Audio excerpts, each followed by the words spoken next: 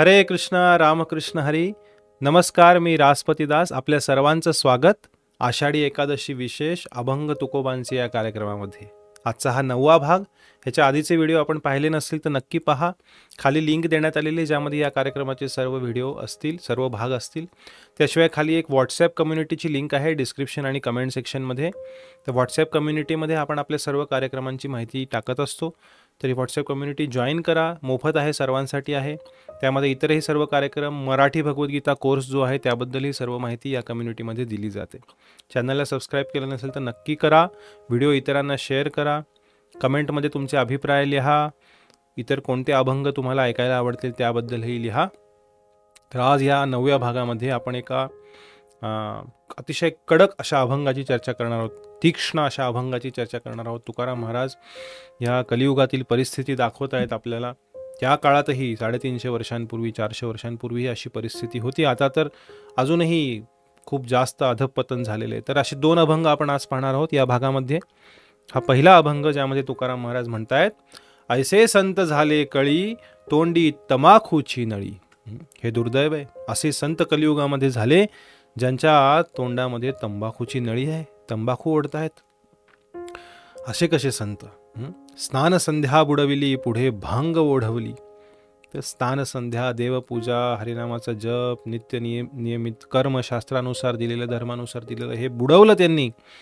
आणि पुढे भांग ओढवली, भांग प्यायला लागले, तंबाखू ओढायला लागले. आणि वर अजून त्याचं ते जस्टिफिकेशन देत आहेत, त्याला ते सांभाळून घ्यायचा प्रयत्न करतायत. आणि लोकांना काय प्रचार करतायत?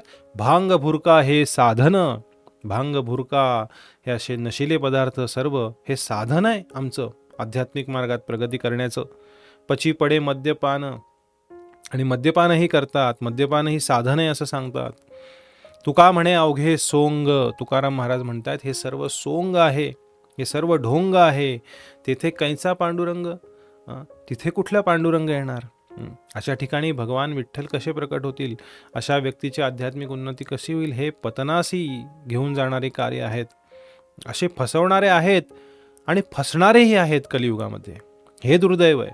आणि फसणारे आहेत म्हणून फसवणाऱ्यांना लाभ मिळतो किंवा फसवणाऱ्यांचं चालतं त्यामुळे प्रत्येकाचं कर्तव्य आहे की शहाणे करून सोडावे सर्व जग. तुकाराम महाराज दुसऱ्या एका अभंगामध्ये सुद्धा म्हणतात की शहाणे करून सोडावे सकळ जन.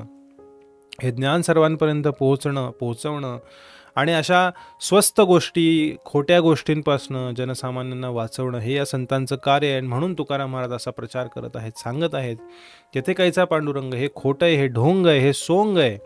अशा पद्धतीने नशापान करून ह्या नशिल्या पदार्थांचा भोग घेऊन भोगविलासात जीवन जगून तिथे कुठे साक्षात्कार आहे? तिथे कुठे पांडुरंग असणार आहे? तिथे काय हृदयाची शुद्धी होणार आहे? हे तर दुष्कर्म आहे, हे पतनाला नेत आहे.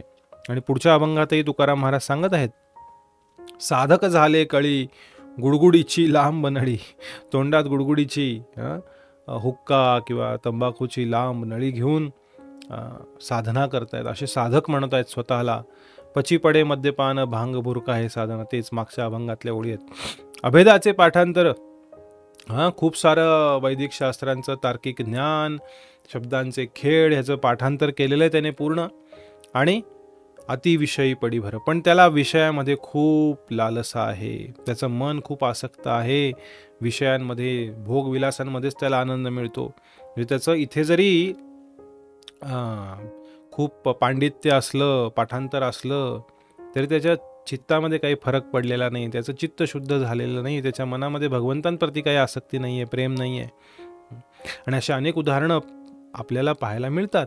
अनेक असे लोक आहेत ज्यांनी रामायणावरती PhD केलेली आहे, महाभारतावरती PhD केलेली आहे, भागवतावरती मोठे मोठे डिग्र्या घेतलेल्या आहेत.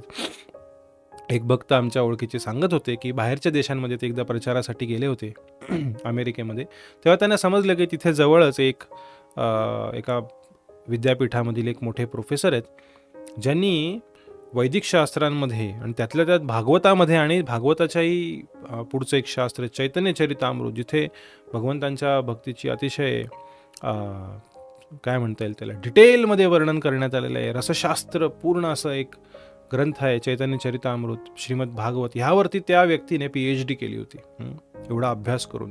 मग त्याला साहजिकच भेटावं अशी इच्छा या भक्तांना झाली. आणि मग ते त्यांच्या घराचा पत्ता शोधत त्यांच्या घरी गेले. पूर्वीची गोष्ट आहे ही, तेव्हा मोबाईल फोन वगैरे एवढे अस्तित्वात नव्हते, 15-20 वर्षांपूर्वीची गोष्ट आहे. तेव्हा ते तिथे गेल्यानंतर त्यांनी दरवाजा ठोठावला, दार जेव्हा त्या व्यक्तीने उघडलं तेव्हा त्यांनी पाहिलं ती व्यक्ती अर्धनग्न अवस्थेत 2 स्त्रियांसोबत हातामध्ये दारूचा एक ग्लास घेऊन अशा पद्धतीमध्ये त्या घरामध्ये वावरत होती. तेव्हा त्यांना वाटलं की हा नसेल कदाचित हा PhD केलेला व्यक्ती, ज्याने अशा पवित्र वैदिक ग्रंथावरती PhD केलेली आहे.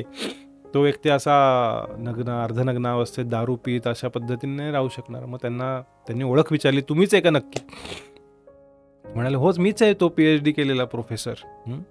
आणि तेव्हा त्यांना खूप मोठा शॉक बसला. त्यांनी विचार केला की अरे, ज्या ग्रंथावर या व्यक्तीने PhD केलेली, ज्या ग्रंथावर याने एवढा अभ्यास केलेला आहे, त्या ग्रंथाचा अर्धा टक्का सुद्धा ह्याने आपल्या जीवनामध्ये उतरवलेला नाही आहे. हा व्यक्ती अतिशय घाणेरड्या पद्धतीने त्याचं जीवन जगत आहे, पापी पद्धतीने जीवन जगत आहे. तेव्हा त्यांना खूप मोठा शॉक बसला की फक्त पांडित्य, फक्त पाठांतर, फक्त थेरॉटिकल, फक्त एखाद्या गोष्टीचं तार्किक ज्ञान असल्याने व्यक्तीच्या जीवनामध्ये फरक पडत नाही, व्यक्तीचं जीवन बदलत नाही. अतिविषयी पडी भर, अशा पद्धतीने. आणि अशा अनेक उदाहरणं आहेत जिथे लोक स्वतःला स्कॉलर म्हणतात, मोठी मोठी पुस्तकं लिहितात, प्रसिद्ध लेखक बनतात, पण त्यांच्या 2 वाईट सवयीसुद्धा गेलेल्या नसतात. तर ह्या अशा लोकांकडून भगवंतांबद्दल ऐकणं, शास्त्रांबद्दल ऐकणं हे पूर्णपणे चुकीचं आहे. जे प्रामाणिक गुरुशिष्य परंपरेमध्ये हे ज्ञान प्राप्त करतायत, जे भगवंतांनी दिलेल्या नियमांचं पालन करतायत, हरिभक्तीचं पालन करतायत, भगवंतांच्या नावाचा जप करत आहेत, भगवंतांनी दिलेल्या शास्त्राचं अध्ययन करत आहेत, भगवत कथा करत आहेत, भगवत प्रसाद ग्रहण करत आहेत, अशा भक्तांकडूनच भगवंतांप्रती खरं ज्ञान, प्रामाणिक ज्ञान आपल्याला प्राप्त होऊ शकतं. असे मनघडण, मनोधर्म निर्माण केलेले लोक कलियुगामध्ये यांचा सुकाळ आहे.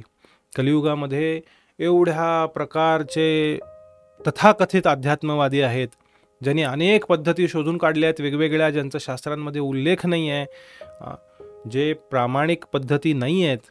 मग अशा स्वस्त पद्धती जेव्हा लोक निर्माण करतात, शास्त्रांमध्ये सांगितलेलं आहे तुम्ही नियमांचं पालन करा, यम नियम अष्टांग योगामध्ये सुद्धा आहेत, भक्तिमार्गामध्ये सुद्धा आहेत, सगळीकडे आहेत.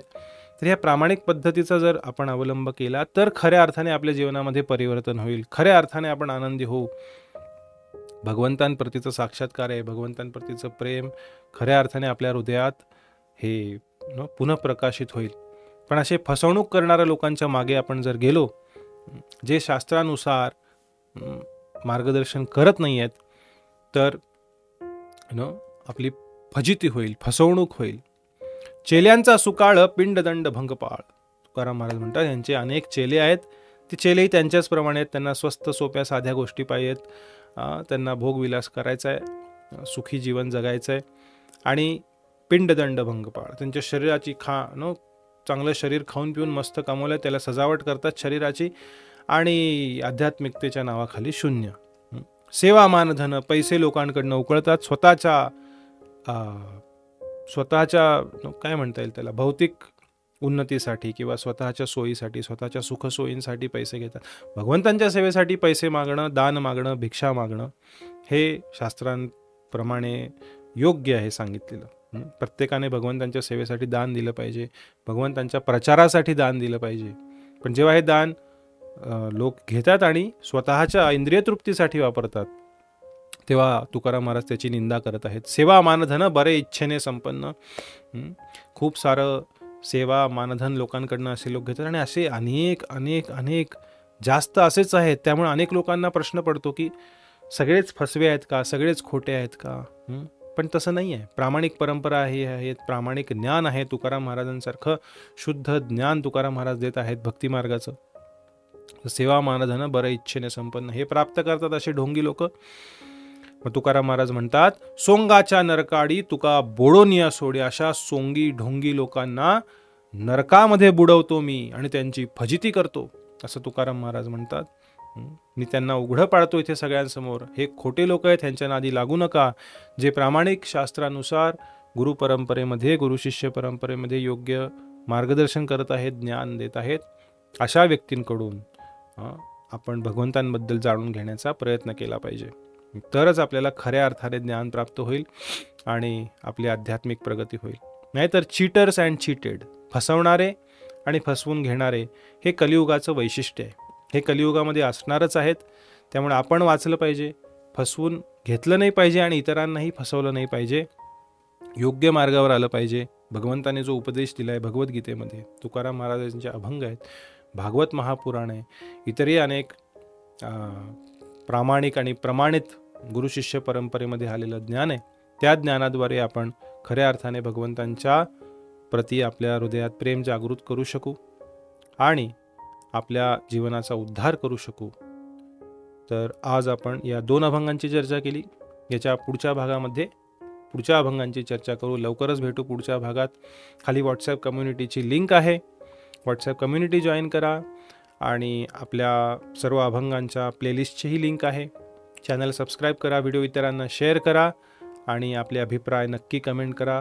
लवकरच भेटू पुढच्या भागात. खूप खूप धन्यवाद. हरे कृष्ण, रामकृष्ण हरी. श्री रुक्मिणी विठ्ठल भगवान की जय. जगद्गुरु संत श्रेष्ठ तुकाराम महाराज की जय. Hare Krishna,